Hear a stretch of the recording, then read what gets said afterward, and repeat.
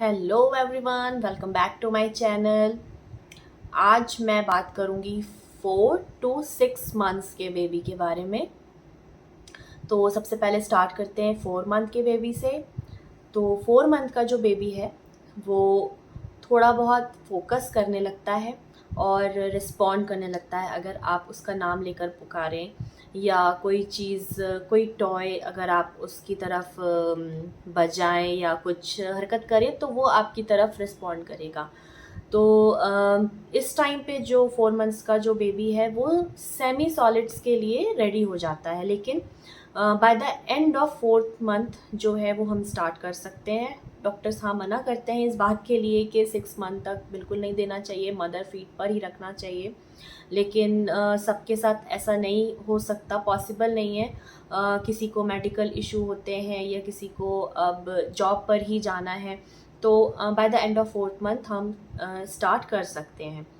तो हमें स्टार्ट करना चाहिए चीज़ों से जो बहुत हल्की हों, जैसे कि राइस एक बहुत अच्छा ऑप्शन है। सेरेलैक का जो राइस वाला आता है पैक, वो हम लेकर स्टार्ट कर सकते हैं। मैंने अपने दोनों ही बच्चों के टाइम पर सेरेलैक राइस से स्टार्ट कर दिया था by the end of 4th month. दोनों को ही मैंने तभी स्टार्ट कर दिया था सेमी सॉलिड जो है।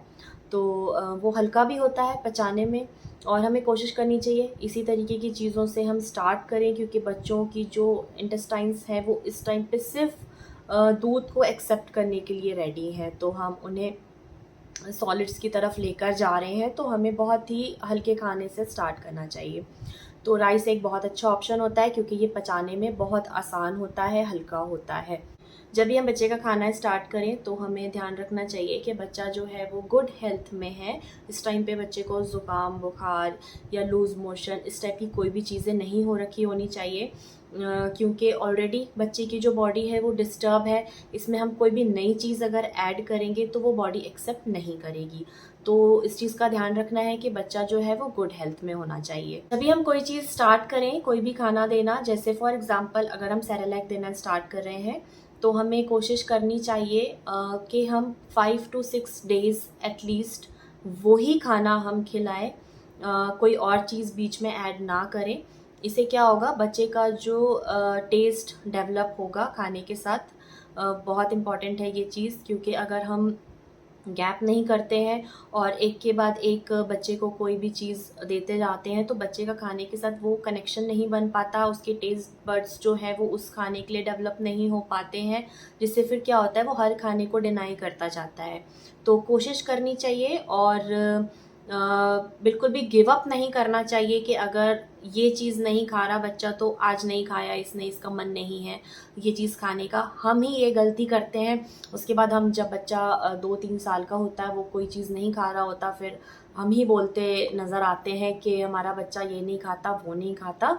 तो इन सब चीज़ों से बचने के लिए, ये बहुत ही छोटी एज है, 4.5 मंथ्स, जब हम बच्चे को खाना इंट्रोड्यूस कर रहे हैं, इस टाइम उसके टेस्ट बड्स जो हैं वो डेवलप नहीं हो रखे हैं, हमें उसे डेवलप करना है। तो हम जो खाना दे रहे हैं उसे हम थोड़ा सा टाइम दें, 5-6 दिनों का टाइम दें, वही खाना खिलाएं, या फ्रूट्स जब हम इंट्रोड्यूस कर रहे हैं तो वही फ्रूट दें। तो इससे क्या होगा, बच्चे का खाने के साथ एक कनेक्शन बन जाता है। जब हम सेम खाना 5-6 दिनों तक देते हैं तो इससे दो बातें होती हैं। पहला तो बच्चे का टेस्ट बड्स जो है वो डेवलप होता है, और वो खाने के साथ जो है उसका कनेक्शन बन जाता है, वो उस खाने को पसंद करता है। और दूसरी चीज़, अगर बच्चे को किसी भी खाने से एलर्जी हो रही है तो वो हमें बहुत ईज़ी होता है आइडेंटिफ़ाई करना।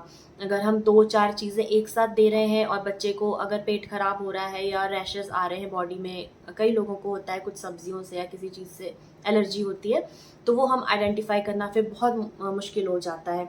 तो इन सारी चीज़ों से बचने के लिए बच्चों को जब भी कोई खाना दें तो 5 से 6 दिनों का गैप करके दें।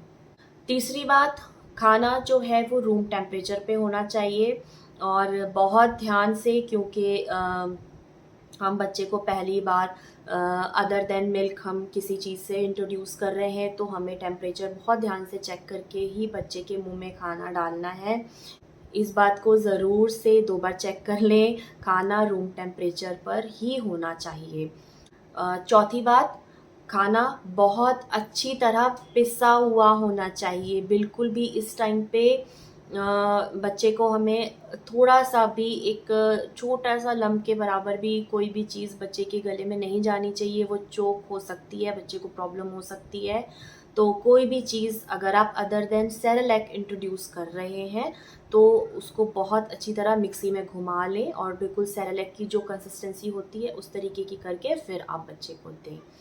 फ्रूट्स में इस टाइम पे हम दे सकते हैं सिट्रस फ्रूट्स, वो भी फ्रूट नहीं देना है, फ्रूट का जूस देना है। तो मौसम्मी, संतरे, इस टाइप की चीज़ों का जूस निकाल कर, और अगेन कोशिश करें अगर आप मौसम्मी इंट्रोड्यूस कर रहे हैं तो 5-6 दिन दें, बच्चे का टेस्ट डेवलप हो मौसम्मी के साथ। उसके बाद आप संतरों की तरफ जाएँ, फिर संतरों का जूस दें, तो 5-6 दिन सिर्फ संतरों का ही जूस दें उसको और उसका टेस्ट डेवलप होने दें संतरों के साथ। मिक्स ना करें, जैसे आज मौसम्मी दे दी, कल संतरे दे दिए, इस टाइप की चीज़ें ना करें।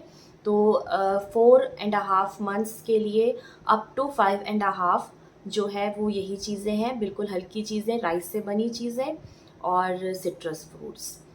नेक्स्ट हम बात करेंगे 5th मंथ के बेबी के बारे में। तो 5th मंथ का जो बेबी है वो हेड अपना जो है वो बहुत आराम से टर्न कर लेता है, संभाल लेता है, और अब बेबी जो है वो रोल होना बेड पे शुरू हो जाता है। तो अब ये टाइम स्टार्ट होता है, आपको बहुत ज़्यादा अलर्ट रहने की ज़रूरत है, क्योंकि बच्चा सोते सोते अगर उठ गया और आप आसपास नहीं हैं तो वो टर्न होके कई बार ऐसे एक्सीडेंट हो जाते हैं कि बच्चे जो हैं वो बेड के नीचे गिर जाते हैं।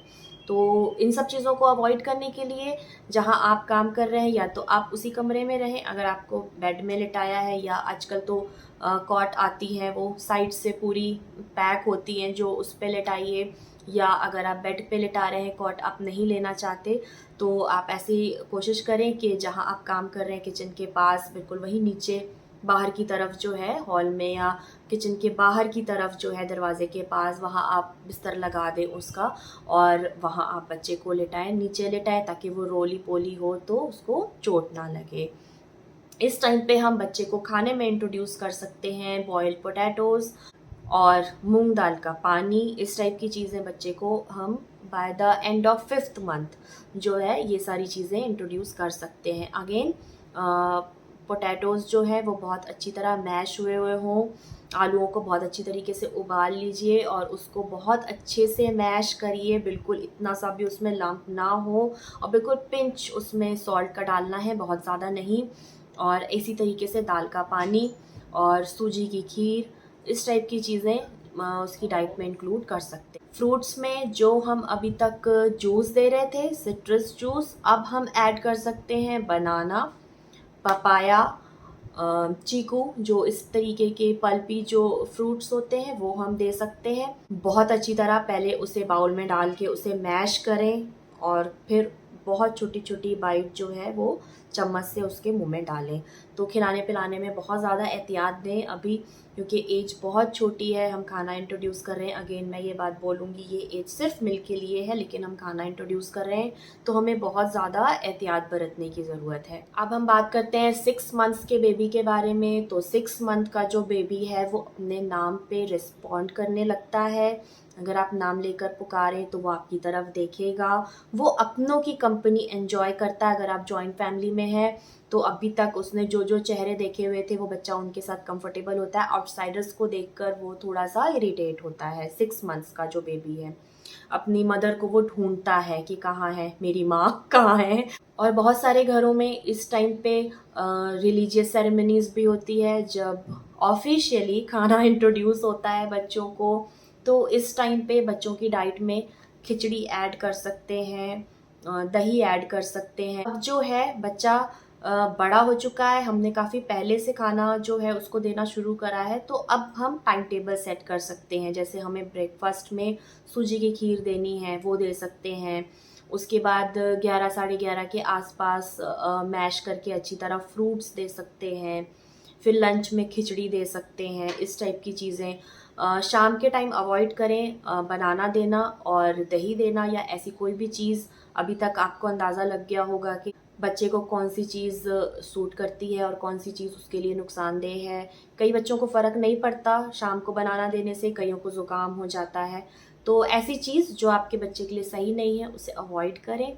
By the end of 6 month जो है टीदिंग स्टार्ट हो जाती है बच्चों की, मोस्टली हो जाती है। और इस टाइम पे बच्चे इरिटेटेड रहते हैं, माइल्ड फीवर आना, हर चीज़ को उठा के दबाना मुंह में, ये सारी कॉमन बातें हैं। तो इससे परेशान होने की बिल्कुल ज़रूरत नहीं है। हाँ, अगर हाई फीवर आ जाता है तो ज़रूर से डॉक्टर से कंसल्ट कर लेना चाहिए। घर पे डॉक्टर बिल्कुल ना बने। कोई भी चीज़ इस टाइम पे बच्चे को, कोई भी मेडिसिन या घरेलू नुस्खा बिल्कुल ना करें।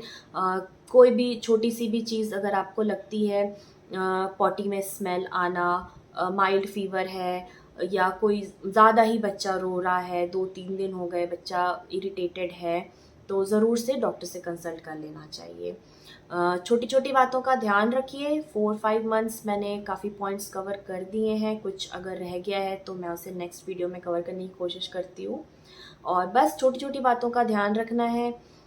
खाना बिल्कुल रूम टेम्परेचर पे खिलाना है, और जूस से स्टार्ट करिए। By the end of 5th month banana pulpy जो फ्रूट्स हैं वो इंट्रोड्यूस कर दीजिए। By the end of 6 month या मिड 6 मंथ जो होता है बच्चे का, उसमें आप खिचड़ी और इस टाइप की चीज़ें जो मैंने बताई हैं, बस इसी तरीके से एक रूटीन सेट करना है बच्चे का, नाश्ता और लंच और डिनर, इस तरीके का। और अगर मैंने कोई पॉइंट मिस कर दिया है या आपको किसी बारे में जानना है तो प्लीज़ कमेंट डाउन। और टेंशन नहीं लेनी है, अपना भी ध्यान रखना है, पूरा ध्यान रखना है। और मैं आपको मिलूँगी नेक्स्ट वीडियो में, तब तक के लिए bye bye and take care.